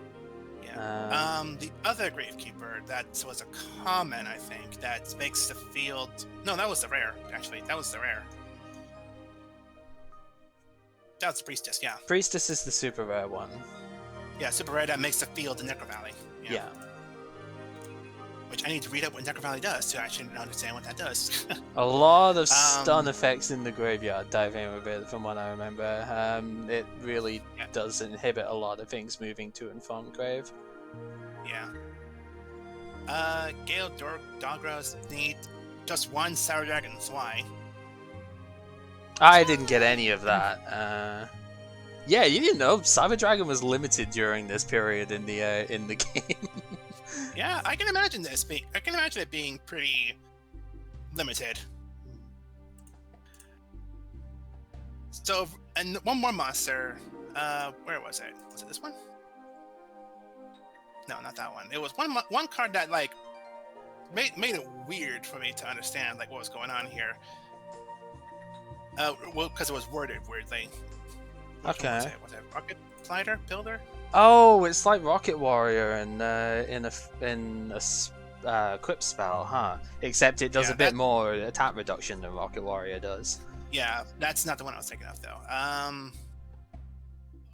Changing Destiny. That's the one. Okay. It activates. So Changing Destiny. I thought it was a weird one, but it's interesting. But that's the only one that denotes here. I already know all the cards I got. But Changing Destiny. Attack when an opponent monster's direct declares an attack, target it, negate the attack, and change it to defense position. You cannot change position while it's placed up on the field. Then your opponent chooses one of the effects. Either you gain the life points equal to half the target's attacks, or I take damage equal to half the target's attacks. Which, wow. I was reading it weirdly because it says you, the opponent of this card, is activated, and your opponent deactivated this card. Yep. Which made me think, wait, so I can gain life points, or he can lose life points, or what am I misreading here? It's the other way around. But yeah, that was a weird one. But yeah, that's no other pulls that are interesting aside from that. Gravekeeper's Stele, I guess. Stele. I said Stele as well, and I was like, that's not EEL. I mean, Stele can be pronounced that way with E-E-L-E, but it's just E-L-E, so it's just Stele. Yeah. Stele. Monument. There we go. Just go. Big old thing. Gravekeeper's Stone Tablet. There you go. Yeah, no, I know the thing. I've pulled enough of that as well, I think. So again, my collection isn't in here for whatever reason. I did pull like I say, the ultimate rare Turbo Warrior dude. Drill Warrior even. I don't remember if I pulled this. I think I pulled one of the Synchron, but again, it's not particularly great. It's level 3 too, so it doesn't even synergize with most of the stuff you'd think it that way. The main one that I ended up picking up, which I really wanted, was actually see it there, Fiendish Chain. That was like the chase card for the set. This thing is ridiculously good. You got it. I didn't. Yeah. So. I mean, obviously MST can kind of wreck it a little bit, but in that first game I had like Raigeki Heavy Storm in my hand for ages, but I just couldn't have a way of dealing with the Stardust that way, you know, so Yeah. it was a bit on the unfortunate side with that. And then the other one I got was the Underground Arachnid, was the secret rare that I ended up picking up here, which is a really weird one. It would actually be stupidly good if the materials weren't absolutely grotesque on it. Yeah. It needs a Dark Tuner and one non-tuner insect monster. Not one or more, so no level eater shenanigans. That would have actually made it good. Really? Yeah. So it has to be one non-tuner. So I guess Crabon's on a level 4 insect, but like really? Yeah, if it attacks though, like it's got the Ancient Gear protection when it attacks on 2400, that's decent enough. But it also just relinquished steals one of the opponent's monsters. Let's face up, right? Once per turn. Yeah. And it does get attack off them, but it does get battle protection with one on. But it's a problem solver. Like, you summon it and you just get rid of one of the opponent's monsters on the field for free. It would get rid of Stardust and whatnot. But how the bloody hell are you summoning this thing? Good question. The same way you can summon Majestic Red Dragon without a Red Dragon? Yeah, I mean, technically it is possible. It's just like the insect cards are really not that impressive. What was it? What was the card I was looking at? Was it a rare? What was it? There was one card I saw. Dagodogra. So pay 2,000 life points to send one monster from your extra deck to the graveyard. Yeah, it's not usually. I guess that only counts as a fusion monster, not a synchro. If it just says monster, deck. right? It just says monster and extra deck. Yeah, so it can be anything. So as long as this doesn't require anything specific to be summoned, or it doesn't say like only can be fusion summoned this way, or special summon this way. No, it's not going to work like that. It's the same as if you discard. It's the same as if you discard a ritual monster. You've not properly summoned it, so you can't get it out of the graveyard. There are some probable cheeseball stuff that could be done with it. Apparently, it's not very good. It doesn't seem very good, but another one of those OCG imports that was in the game for like 8 years or something in the original Japanese game and just not available around here. The only other one, and I don't remember what it was actually called. The Sea Serpent guy who's like mini Levia the Sea Dragon. I don't remember exactly what it was called. But it's like 1400 attack, and it sends the thingy. What's up? No, Blue Bomber, thank you for the use the evenly match that I don't have. Yeah, I don't remember exactly what it was called, but it's a 1400 attack Sea Serpent, like waters, like level 4 or something. You send Umi. Oh, Kodaris. Yeah, that's the one. Kodaris. You send Umi from the field to the grave and get the. Yeah, target at the 2 cards your opponent controls. Send those target to the grave. Yeah, Yep. it's a send and not a destroy. So. Yeah, and there was a trap that's like this card is treated as Umi in this pack. And I did pick that up as well. Water power cards. Yep. So I did pick that up as well, which was neat. But I don't have Warrior of Atlantis, so I guess it's kind of hard to search out stuff with that in the moment. But you know, could be fun in the thing with it. Yeah. I know looking through this pack, I was interested in I was curious about which ones were they? The Fire Ant and the other one. Oh yeah, they're not like they had an interesting gimmick, but like, how would you work those two? It's like, how do those even work? Can somebody show me? Yeah, they don't probably. I mean, the idea is cool. If you can get the Moon and the Sun Dragon synchro summoned, then they do kind of float into each other. But yeah, Sun, that's the one card you need for it. Yeah. I mean, that is the theory. It's probably the easiest way of getting the stuff out with them at the moment. But yeah. And then the only other one. That's special edition. No, never mind. So the only other one I can think of that I was actually interested in, and funnily enough would have worked in the first game, Tuna Scheme. was the other one I picked out as a super rare. You activate it only when a synchro monster is special summoned to the opponent's side of the field, and then you steal it whilst the card is up. It like snatch steals it basically, but it's a trap card. Snatch steal for a trap card and a synchro. For when a synchro is special summoned. That would include monster reborning it, because it doesn't say synchro summon, so... Yeah. So that was fun, but I didn't include that anywhere. The only other thing, the card I was a bit sad when I was 1-for-1ing. It was like the card I was a little bit sad that I didn't keep in at the time. I had Magical Scientist in my first thing of this. I ended up swapping it out for MST, I think it was, in the side decking. And I was like, that would have been cool to have summoned off a 1-for-1. Because then I could have paid the bit, probably would have just gotten the one monster out to crash. It would have had to have been like Guiltier, I think it is, and that I've gotten here. So I would have taken quite a bit of damage for it, considering paying points as well. But I would have like crashed him into the Graganif, so I could have played the BLS that was in hand, and banished Graganif in main 2. But in the end, it's like I had to kind of YOLO the Allure of Darkness, because I had nothing in hand I could play with. That's why I set Heavy Storm as well. It's like, okay, set a couple of cards of it, kind of had to just allure without having the target. I play quite a lot of targets, so it's not like the end of the world, but still wasn't exactly what I wanted to do with it there. And it's like, okay, I happened to draw Breaker and Dimension Gate, so it's like, right, I could make a play here. That's something at least. You know.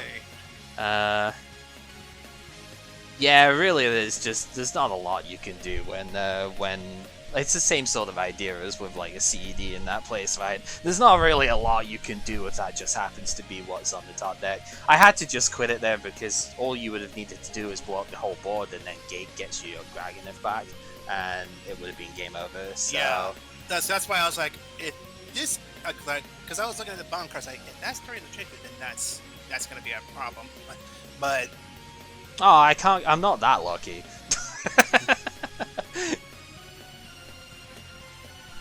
I mean, you've shown you were lucky a couple of times. Draw all the cards in the world. It doesn't make a difference. Nah, it's fine. I mean, it's you funny you said that, because yesterday it's like you may have a chance. You may have a chance. It was funny how long it actually could have gone for. Yeah, I mean, when that's side note. Just a side note, folks. We did do like a still side note to practice some other cards here and there. So like we're talking about a duel that happened off screen. So if anyone's curious or wondering, but yeah, that's just one other thing.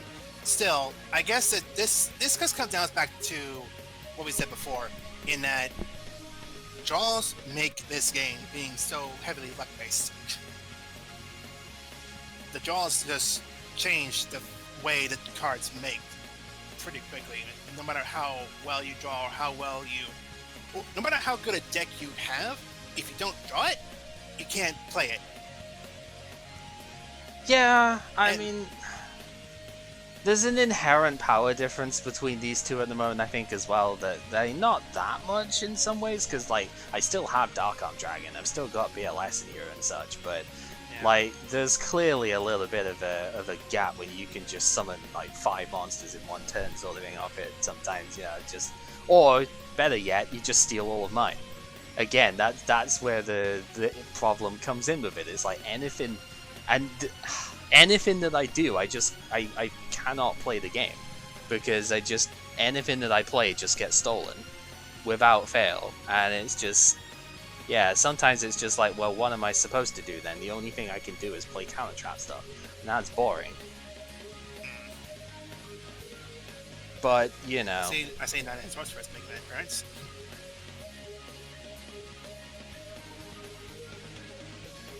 But I mean, that's part of it in the end as well. In some ways, it's not as if you haven't just drafted the stuff of it, that cleanly. So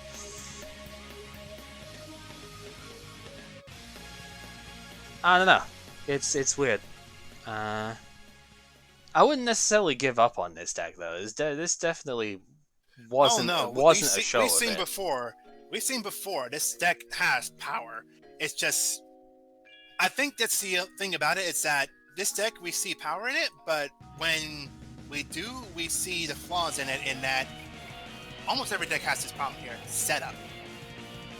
It's a little. Setup. It's a little bit of that. It's more getting overwhelmed by a massively more powerful meta deck. Like, that's not even being salty on it. Light Swans were 100% meta for a good reason. This was one of the best decks in the format for the time, and I mean, yeah, you can't compete against it sometimes in that aspect. If you just, especially when what I try and do just gets stolen away from me anyway, you can't really compete with it. That's the problem. It's not that this deck is bad. I mean, it's got a good, backbone to it. It's got a great plan for it, and it's not even that hard to set up, to be totally honest with you. Light and one way of getting light to be off the field. That's not really asking a lot, to be honest. Considering all the draw options and stuff that are for it, that's really not asking for a lot. But it cannot compete when you're dealing with something of that overwhelming power. Which is unfortunate, but again, I mean, if we were really going mega try hard on the stuff with it here, I would have just gotten the chariots and stuff for glads, and a lot of this probably wouldn't happen. Let's be real.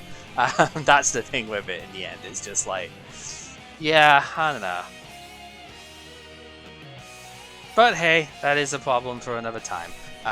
So I am going to have to leave this one early because I got interrupted halfway through that to talking about chip stuff, which I am definitely not paying for this time, but I was told I was getting the money back off it, and I never did, so,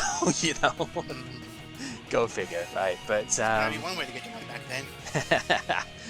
Yeah, alright, so I need to give you the wheel of it. I mean, obviously still GG's with it, that's not in question with it here, but I just feel like there wasn't really a game here, is the problem for me. Is this just wasn't really a contest, and it's not because the deck is bad, it's because we can't deal with just having everything taken from us all the time.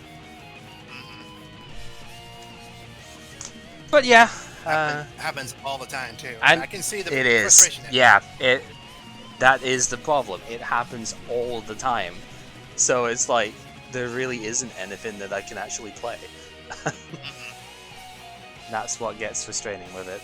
But hey. Yep. It happens. We'll have a discussion about that another time now. In the meantime, go ahead and get your food. I do have to talk to Mom about this job here as well, so yeah. We'll try and discuss this later. Yeah, as a real quick heads up with it, because we do have the toy pack. It's Turbo Pack 2 this time.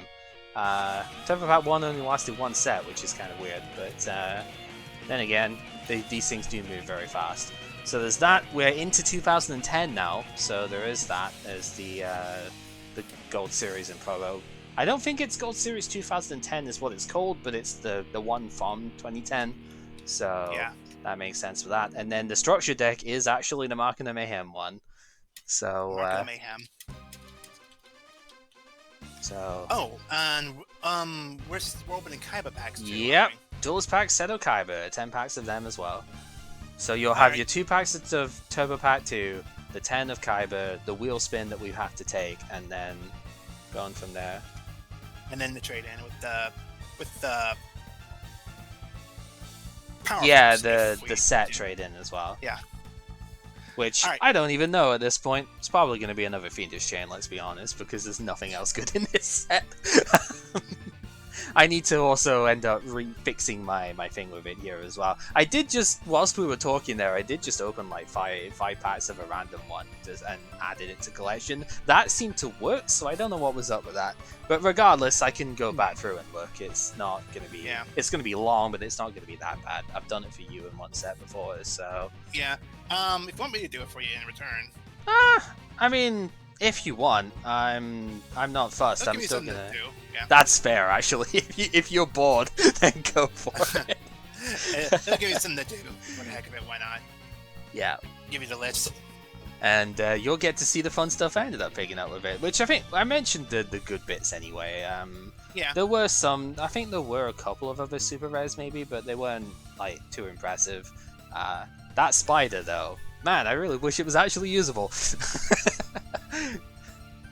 Underground Arachnid. What a stupid name for a card, but whatever, it's fine. Oh well.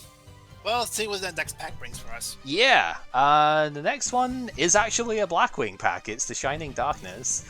That'll be interesting. There's a couple of them there. I think the actual Signer Dragon, the cover card of the set, is garbage, but it is at least a level 8 that could get played, so eh. But the Breeze the Zephyr, I think it is she is not a Blackwing, she is a lady in a bird suit, but you know, whatever. She's actually kind of good though.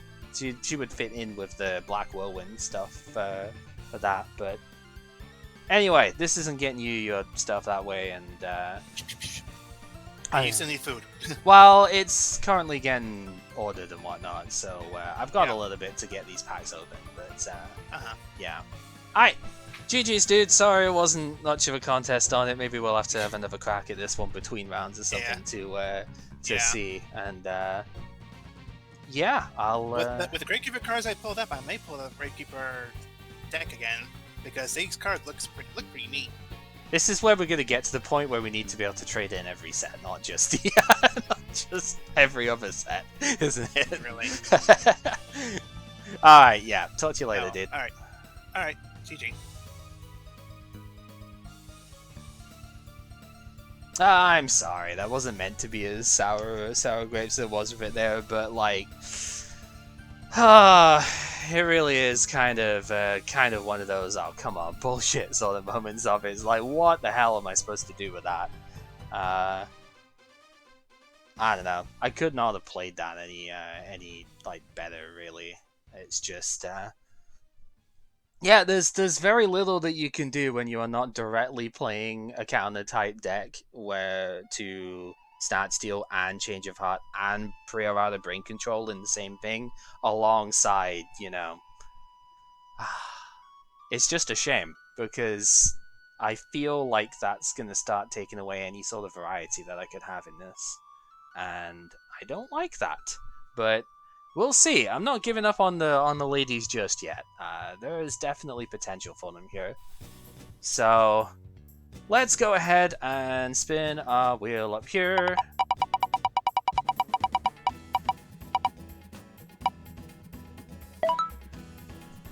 Oh, this is Hidden Arsenal. That's not the right one. I was like, wait a second. I did give Kip the right wheel. I was just spinning the wrong one myself. Alright, that's fine. I was like, wait a minute. That's not what we're supposed to be having. Ooh! Hey, I could take that Battle Fader. Wildcard Ultra Rare. This is the second time I picked up an Ultra Rare from the wheel this round. Dude, we have not once spun this Wildcard Extra Deck slot. Like, I don't want it for this pack, but like, we have not once spun that slot yet, and it's 20% of the wheel. What the hell gives with that? Okay, so yeah, we could take Battle Fader as an Ultra. Witch of the Black Rose is something I was kind of interested in, though. Like, it's a neat card. Probably not worth it here, but the Koa'ki Meiru one needs Beast Warriors. That's not really going to be that viable, I don't think. The Ritual is cool, but we didn't get Preparation of Rites, so probably not going to be able to play that. We did get Drill Warrior already. I'm not getting Majestic Red because I don't have the Dragon for it. Red Dragon Archfiend. No Card of Continence because that's a super. Any other Ultras down here? Alchemist of Black Spells. Well, it doesn't really do much, right? Once per turn, changes face of attack to defense, place a spell counter on it. Yeah, no, that's terrible. We wouldn't want that. There's an Endymion card in here, right? Isn't it? Or is that in the next set? No, that was probably the previous one. Yeah, Battle Fader is probably the best option here, to be honest. How is it that we keep getting the same cards one way or another here? Yeah, I'm going to take Battle Fader. So I need to bring this one back up. Going here. It's not in that one, actually. It's in this one that we need. So, Ultra... wow, this thing has a lot of princes. What the hell, dude? Alright, yeah. Ultra in Absolute Powerforce. That can get added. We have one pack of the Tudor Face to Turbo Pack 2 to open up. I actually don't even remember what's in these anymore. I should probably go look it up, but I know the last one had Crush cards, so this one will not. What do we get? Nothing I can use. Okay, whatever, doesn't matter. I already have a playset of Iron Core, so I can't use that. And everything else, I've actually got playsets of all of those. So, unfortunate, but it is fine. The last thing we've got to do is 10 packs of the Kyber thing here. Duelist Pack Kyber down here. Looking for potentially interdimensional matter transporter would probably be one of the main things that I would want for Fortune Lady stuff, right? But otherwise, Return from a Different Dimension is a super rare in here, and that is gonna get traded for no matter what, because that card is super cool. It did get the transporter in the first pack here, so that's good. Ancient Lamp is kind of fun. If this gets attacked whilst it's face down, you choose one of the opponent's other monsters to do the attack instead, or to attack instead of this thing, right? You choose it as the target. So that's neat. You can do some funky stuff with that. I think that's the first time we've had access to it, because it's been a promo otherwise. XYZ Dragon Cannon, alright. That's a second copy, not more than that, so it's not a surplus, unfortunately. It is a super, but it's not the one that we would want. Ooh. Blue Eyes White Dragon. Alright, we got one. There we go. Game's... Okay, that's kind of funny. So, with Lord of D being here as well, technically King Dragon fusion stuff could actually happen now. I think I need a couple other dragons for that though. Maybe Kaiser Glider from in here. I think that's a rare. Getting a couple of Force Raiders is kind of neat, to be honest. If we ever do need that sort of dark 1900 thing here. Dragon Master Knight. Hello? I can't play this. I don't think I even got Blackluster Soldier when we opened Yugi's pack. I got the Ritual, but I didn't get the Soldier. That's funny. I'm gonna print screen this. I'm gonna show it to Kim. I know I've not got the thing full screened at the moment, but I'm gonna show this off.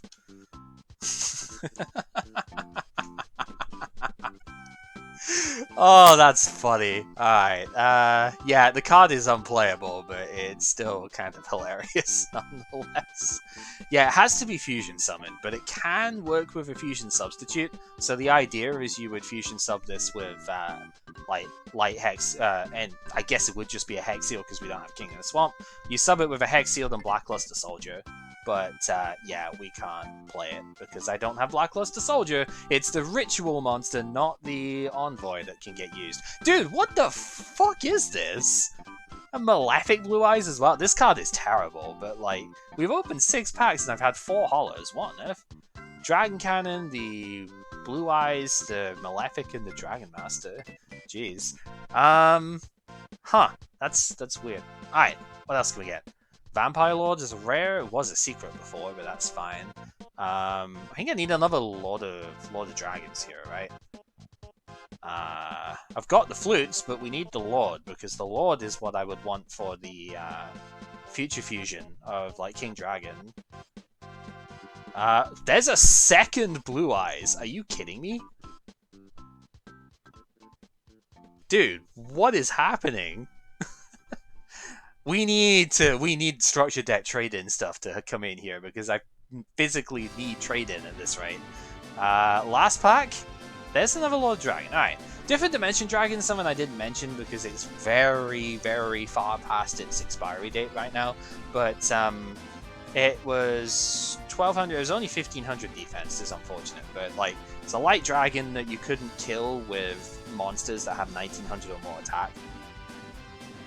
it's very far behind the time now. This came out in like Dark Crisis or something, so it's like very, very outdated at this point. But Shining Angel could technically get it out and, you know, run some stuff with it there. Oh, man. 2 Blue Eyes White Dragon. For real. Like, wow. Okay, let's make sure this one gets added. Because I might just have not clicked the button or something. I'm pretty sure... Oh, maybe I tried to click that one or something. I don't know. Maybe that was it. Alright, yeah. That's pretty much going to do it for this one then. I'm going to be trading Hidden Arsenal cards from this thing to get returned from the different dimension. We may have to get a little bit more serious, unfortunately. But we shall see. For now, that is going to be that. So thank you guys very much for watching. Hopefully a few of you are tuning in for this did enjoy yourselves. Yeah, sorry I was a little bit upset with that one, but I guess it's just like when it's that overwhelming in terms of what gets drawn in 2 games in a row, it's just like, yeah, I didn't even get to play the game today. Which is a shame, because the deck actually has some really cool like ideas to it and everything too, and it is actually decent, you know. Not trying to say that it's like Lightsworn level decent, because no, it's not. But like the deck is definitely strong. I think I just need a couple more particular parts to it, like maybe. I definitely need more Compulse.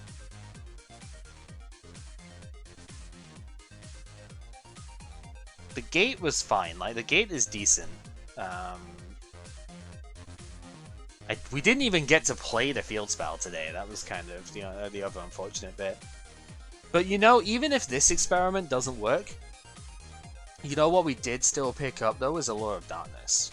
So even if this experiment doesn't work, what I can always do is I can always translate it and go back to here. Because this deck with Allure of Darkness could probably work a lot better. Especially if I'm going to add Return as well. And of course, there's always the option of trying to fire at the Blackwings. But right now, with just 1 Kalut, that's going to be a bit difficult. So we're going to have to wait a couple of sets for that. But, yeah, with 2 Allure of Darkness, the Blackwing stuff is going to be much better. So the thing is, I wanted to side Light Imprisoning Mirror, but I can't do that in this deck because one of the things I rely on is Fortune Lady Light. So, like, I mean, I kind of can. If I was to be able to focus extremely heavily on just banishing her, I guess it works when it goes to hand as well. I probably could have played Light Imprisoning Mirror, but, I mean, he just destroyed all my stuff that way anyway, so I don't know. Yeah, because it's activated on field or in the graveyard. The only thing this wouldn't work with is, like, I guess it wouldn't work with TT and stuff like that, but it wouldn't work with Ruthless Denial. So I'd have to rethink my options a little bit, but, like, Light Imprisoning Mirror actually works in this deck, which is weird. You wouldn't exactly think that. But that's talk for another time. I will see you guys later on. Also, I do realize the last part of that was all blocked by the stupid thing in the way. Unfortunate, but hey.